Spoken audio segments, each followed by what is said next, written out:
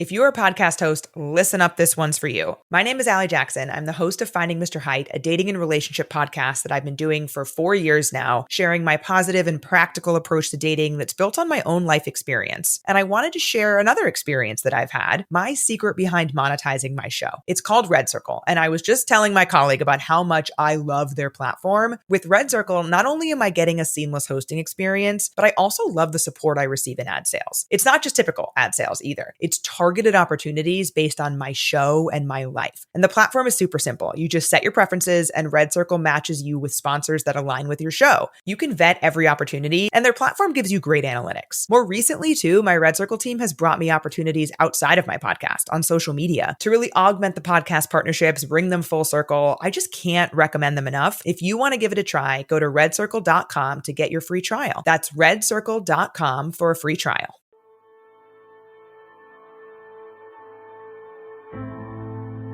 We all fall down, but only a few choose to get back up. A few depersonalize failure. A few understand that falling is the cost of greatness.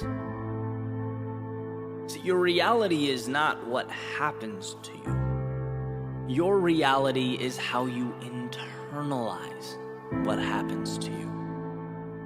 Are obstacles stop signs? Or are they checkpoints along the way to something greater? Checkpoints that make you stronger, build you up, become your armor. That is ultimately the difference. What we misinterpret in life is the meaning behind that difficulty, that pain, that suffering. No one gets a pain-free life. No one gets a free ride. Suffering is inevitable. As Nietzsche says, to live is to suffer, to survive is to find meaning in the suffering. And what's changed my life, and I don't mean here and there, I mean truly transformed the course and trajectory of what's possible, is simply redefining that which is difficult. I grew up watching the Kobes and the Bradys of the world. I remember thinking, how do these guys get better when things get difficult? I mean, as a kid, I could feel the pressure watching from the couch, but they somehow elevate themselves when the odds are stacked against them. Same exact situation that causes most to doubt, to run, to lose their self-belief. What they see that eludes most is that in every pressing moment, there's opportunity. Every loss has something to gain. In every failure, there is victory. Everyone has the same rule book. It's just that some people only see what is right in front of them. Others learn to read between the lines and create outcomes that have not yet arrived. When things are hard or challenging or uncertain, it's not that you should keep going.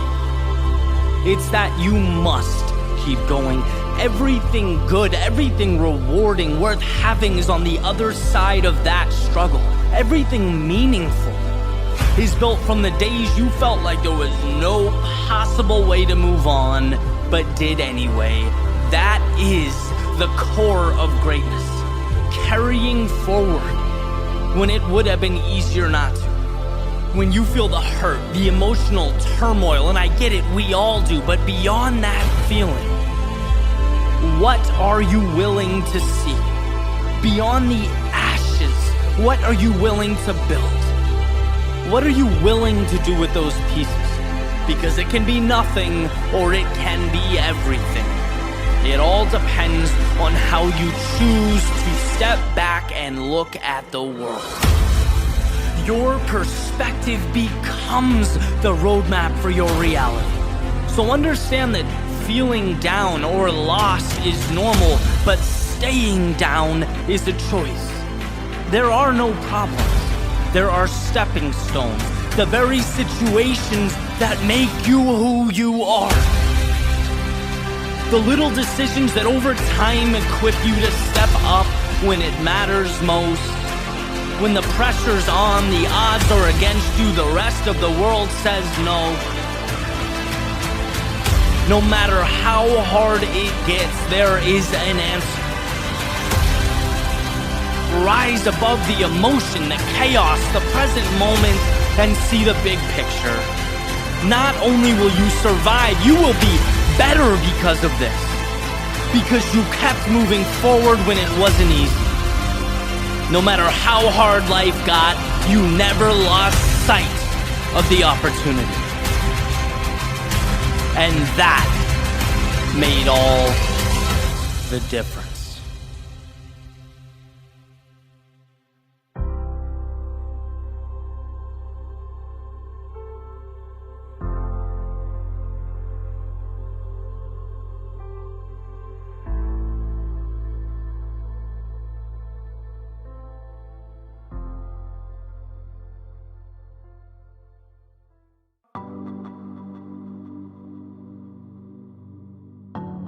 Little hinges swing big doors. It's a quote by W. Clement Stone, and it essentially means that the small things we do open the door to the big things in life. Mountains are made of single rocks. Oceans are single waves. Symphonies are individual notes. Conversations are individual words. Progress is nothing more than the ability to break big things down into small things. That's it. And those manageable pieces, day in and day out, they become the roadmap to accomplish whatever it is you set out to accomplish. And I love the metaphor of a door, right? The simplicity. It's just a door. But without that little hinge, it doesn't function the same. It'd be impossible to open and close. It would be far less useful, all because of this little hinge. This trivial little thing. It's an afterthought. It's a small detail hidden behind the main attraction, which is one of life's greatest truths. We see and we celebrate the obvious things, the big things, the mountaintops. We do so to the extent that we forget the extraordinary is just a product of the tiny, uncool, unsexy, unremarkable actions and decisions. We forget what swings the door open. So why is this valuable? Well, when you personally can identify and control the little things in your life, it becomes greatly apparent that nothing is truly out of reach. All options are open. And it's not because of destiny or magic or the fact that anyone deserves anything. No, it's simply realizing that every great accomplishment occurs one step at a time, and that's all. Anyone can take a single step. Anyone can write a single word. And when you break down the greats, that's what they say, right? Kobe talks about breaking his day into consistent, measurable sessions at the gym. Schwarzenegger talks about building his body one rep at a time. Will Smith talks about the methodical practice, the preparation he takes, one line at a time. These are hinges. They happen to open the door to NBA records. They open the door to, becoming the world's strongest man. They open the door to Hollywood success. And let's take it even deeper. Personally, I can identify smaller things off the top of my head that have a 10x multiplier on my day. Right? For me, there's a direct correlation between waking up early and being successful. A successful, productive, happy day. Because I jump out of bed, I feel good, and it carries through. It's a very simple equation. When I get up early, my day's better. Small thing, huge impact. Right? Or having good, healthy food in my fridge makes me feel good. It means I don't rush out to get food somewhere at the last minute. I can plan and I eat well and I feel better. Being around productive, high energy, positive people makes me perform well, period. It causes me to level up. When I remove the negativity, when I surround myself with success, I grow. When I do the opposite, I rationalize mediocrity. It's that simple. These simple things have exponential impact on my journey. They are, you could say, the smallest of hinges, and they've played and continue to play a role in opening some of the largest doors I've walked through. The challenge is that, it's easy to brush them off as insignificant or trivial because they are so small. That's always been the obstacle, illuminating and quantifying their value. But when that light bulb sort of goes off, it's a remarkable transition, right? The differentiator for me between waking up at 5:30 and 8, it's not 2.5 hours. That's not the value. The value is the momentum. It's getting my first win before the world wakes up and embodying that success. At the end of the day, it's mediocrity versus growth.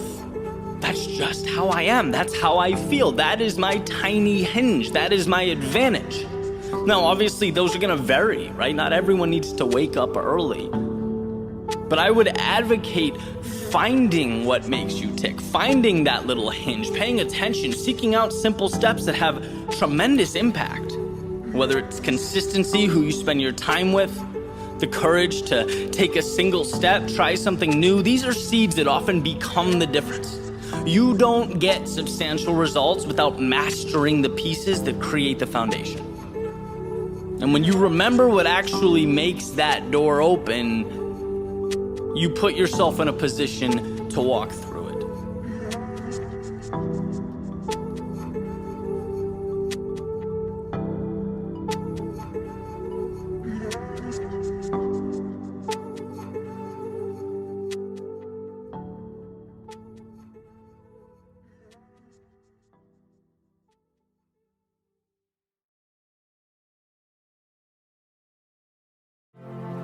Today, we're going to talk about keeping your head in the clouds and your feet on the ground, simultaneously managing the big picture and the small stuff.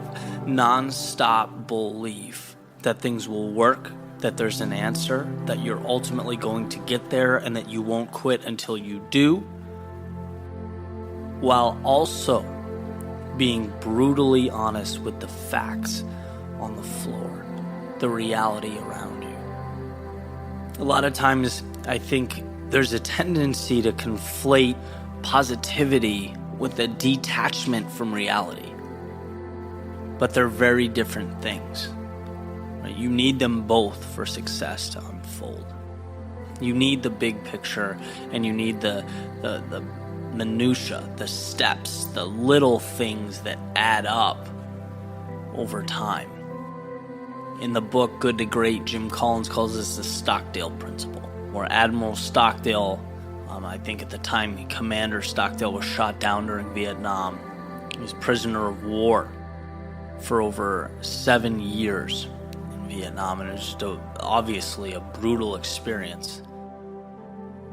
And, one of the things that helped him survive was being painfully pragmatic, while also knowing in his soul, right, with every ounce of his being, that he would ultimately get out, that the men he cared about and helped so much would ultimately get out. And so when Jim Collins is interviewing him, he says, Admiral Stockdale, what differentiated the ones that made it and the ones that didn't? And the answer is incredibly surprising. He says optimism. Because the people that were overly optimistic said we'll get out by Christmas. And Christmas comes and they don't get out. And then they say, okay, well fine, we'll be out. We'll see our families by Easter. And Easter comes and they're still there. Okay, maybe next Christmas.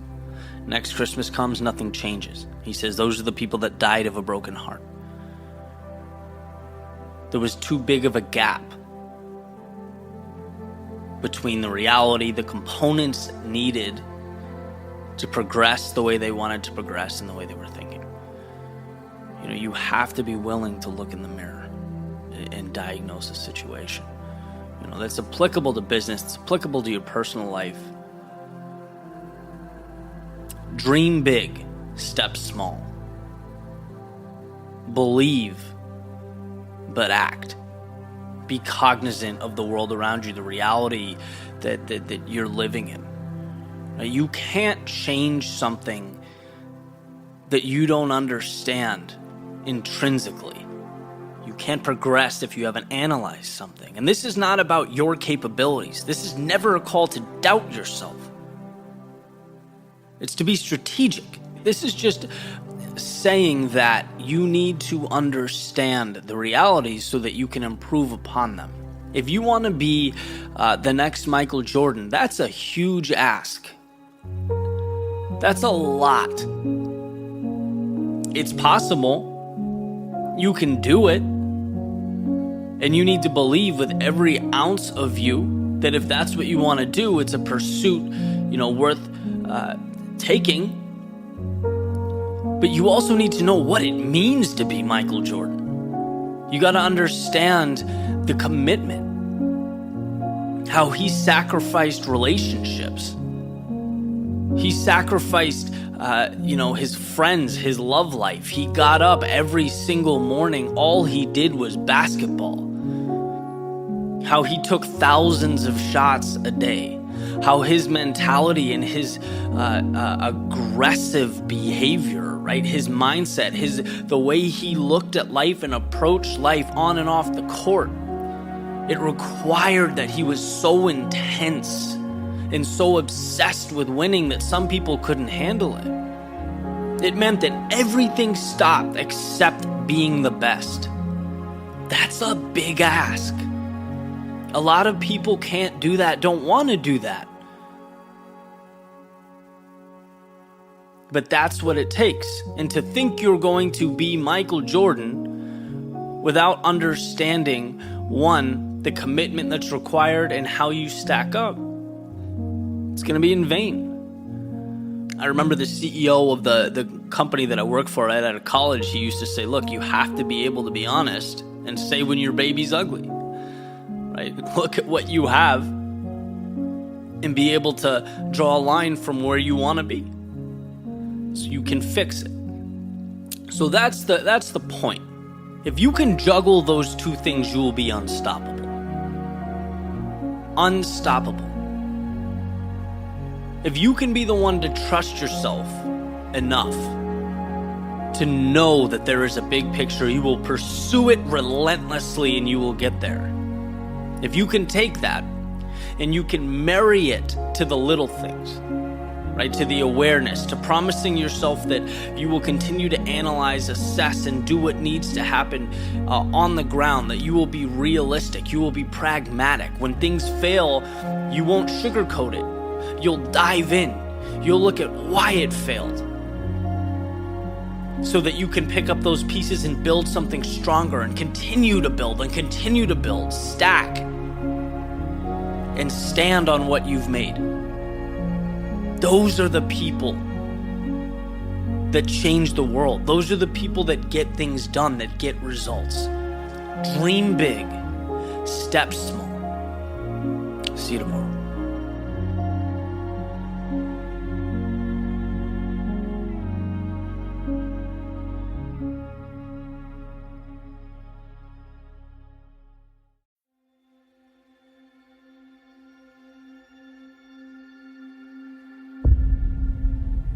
Do you believe?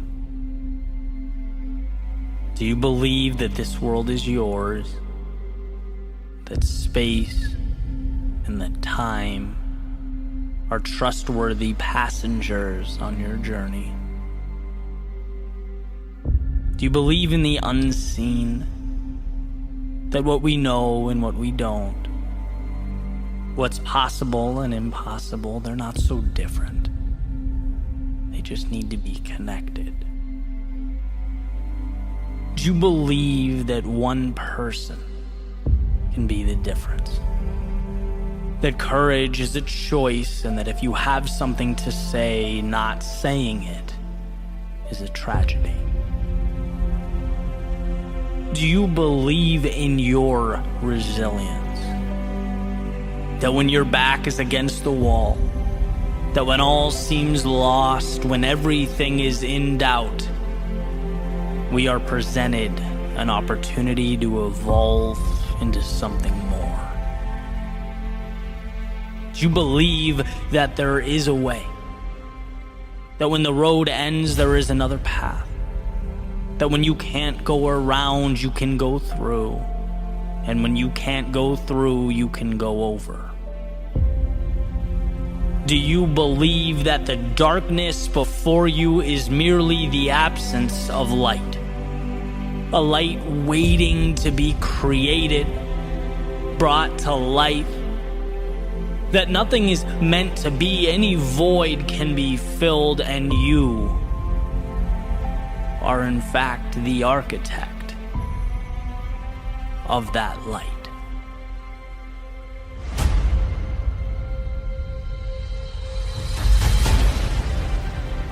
See, what you have before you, it's no easy path. It's not the simple one, or perhaps even the one you asked for, but it is in all respects yours. It may seem larger than you. Its uncertainties may make you question your decisions. Its complexity may prompt memories of simpler days, but none of this lasts. Because over your shoulder, what you've left behind will always tell a different story. Always remind you that you could have stayed home. You could have remained and accepted things as they were, dreamt about what might be. But rather than wait for time to expire and take your power into the ground like most ultimately do, you took to the sky. You let the stars, the infinite world beyond the horizon guide you, and as much as you decided to be here, this path chose you. It chose you to make something new where there was once nothing.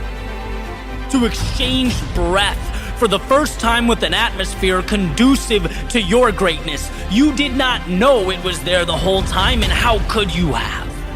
It wasn't visible to any naked eye. It wasn't accessible to the common man, but it's here now because you said yes. So please hold on to that courage, because it's everything. The difference between accepting the now and rewriting history is belief. Belief in a tomorrow that is different from today. And as you make your way into this darkness, be proud. As you enter that which most wouldn't dare to confront, hold your head high when you falter, stumble, when the ground under you begins to shake. Believe not only in your pursuit, but in your resilience. Life remains cold and dark until we find the courage to do something about it. Until we step out of the shadows. See, you aren't escaping the emptiness you're leaving behind. No, you are the one who will give that emptiness life. The maker of a new universe. You are the architect of light.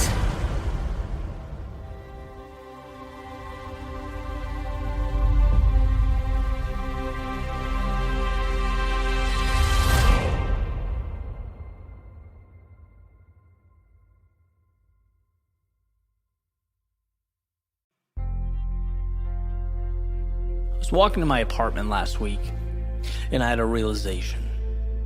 Made my way across the street, looked up at the 7th floor of my building where I live, and the elevator there is obnoxiously slow, right? And being someone that hates waiting, I've come to realize that I can actually make it to my door in the same amount of time, if not a little bit quicker, by taking the stairs. But that particular night, as I looked up, maybe because it was late and the stairway lights were more visible than I'd ever seen them, it felt for the first time like a big deal. It was the first time since I'd been there that I felt annoyed with having to climb those steps. It was the first time I'd ever really seen or examined or thought about the gap between where I start and where I finish every time I take those steps. Usually I just go, right? It's just one step at a time, no production. It's not a chore. It's how I get home. It's how I skip waiting 2 minutes for that elevator. 30 seconds up. Slips by in the blink of an eye. Sometimes things just come to you at the perfect time, right? I needed to be reminded of that at this point in my life. Some big projects coming up, and I'm making an effort to pivot, push harder than I've ever have, right? Things sometimes feel bigger than they really are, more complex than they need to be. And I believe this was life telling me the only way to lose is to be intimidated by the top of those stairs, by the road to be traveled. I've done things in my life that felt crazy or complex from the outside looking in. But every time I just kept going, focused on the task in front of me, the thing I need, sure enough, presents itself. It appears. It may be that simply going is the ultimate strength. That when you don't give yourself the opportunity to look up in awe or bow down to something's perceived stature, you outrun its grasp. When you stop looking up at the top flight and focus everything you have on the actual ascent, those demons, they don't get a seat at your table. They can only watch as you go. And I find it humorous that perhaps the greatest gift we possess is the ability to think, yet 99% of the time we don't get where we want to go. It's because, well, we've thought too much. It's amazing what we can do when we let go of the ifs and the maybes and the over-analysis. When we trust ourselves to adjust, to grow, to learn, break, and change the rules. Then I would propose, when you feel like your feet are stuck to the ground, like you haven't moved in too long, like you're wondering what you've missed, perhaps it's worth examining whether you're spending far too much time looking up and not nearly enough moving forward. Whether you're staring in awe of something you've already climbed, you're rationalizing another route, taking yourself away from where you need to be simply because you forgot your power. The power to move, to go, to test, experiment, evolve. The ability to climb. Who cares how far or how much? Who cares what you don't have? You do have another step, another day, another choice. Don't think yourself out of a dream that can be made one step at a time. Don't let the lack of a finish line prevent you from moving towards it. See, some things require strategy, introspection, a map, a plan. And some require that we just shut off the internal dialogue and trust ourselves to go. So as we fly through this game of life, let's find the courage to control that which we can and let go of that which we can't. To see what we need and disregard what we don't. Let's remember that human beings are capable of the extraordinary. Things that the courageous never got the privilege of marveling over or bowing down to because they weren't on the outside looking in like everyone else. They weren't screaming about the odds. They were in the chaos, in the thick of war, building, moving, creating, apparently too ignorant to know that each swing of their hammer was building everyone else's impossible.